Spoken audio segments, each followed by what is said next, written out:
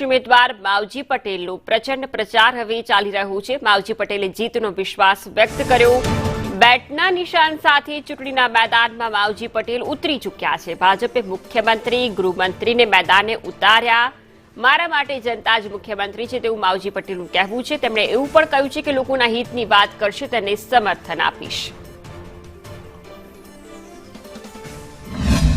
સાહેબ બેટનું નિશાન લીધું અને તે બાદ ઝંઝાવતી પ્રચારની શરૂઆત કરી। કયા મુદ્દાઓને લઈને અત્યારે ક્રિકેટ મેદાનમાં જઈ રહ્યા છો તમે?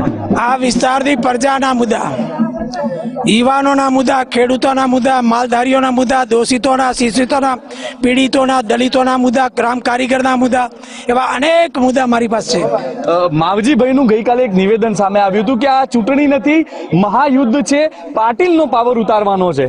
આ બિલકુલ સાચી વાત છે। આ વિસ્તારની પ્રજાને આપણા પ્રદેશ પ્રમુખશ્રીએ સાંભળ્યા નથી, અમને સાંભળ્યા નથી, વાત એમને ગળે ઉતારી નથી અને મળતિયાઓની વાત સાંભળી છે।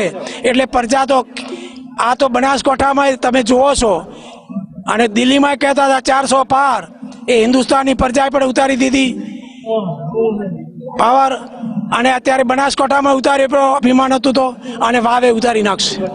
આજે આપનું એક નિવેદન છે કે પરબતભાઈ પટેલ જેઓ અપક્ષ લડીને ધારાસભ્ય બન્યા ને તે બાદ તેઓ મંત્રી બન્યા। વિધાનસભા અધ્યક્ષનું પણ આપે ઉદાહરણ આપ્યું। માવજીભાઈ જીતશે તો કયા પક્ષને સમર્થન કરશે? હું અત્યારે એક પક્ષને કરીશ નહીં। પ્રજાના હિતની વાત જે પાર્ટી કરતી હશે એને સમર્થન કરીશ। મારા વિસ્તારની પ્રજાના ભલા માટે વાત કરતી એને સમર્થન કરીશ। બાકી પ્રજાનો વાજ અને ઝંડો લઈને ઉભો થઈ જશે। આપે કહ્યું કે એક તરફ ગૃહ રાજ્યમંત્રી હોય, સીએમ હોય, સામે મેદાને ઉતર્યા છે, એક તરફ માવજીભાઈ પ્રજા સાથે મેદાને ઉતર્યા છે। કેટલો ઉત્સાહ અને પ્રજાનો કેવો સહકાર મળી રહ્યો છે? સંપૂર્ણ મળી રહ્યો। મારા આ મુખ્યમંત્રી બધા આ જ છે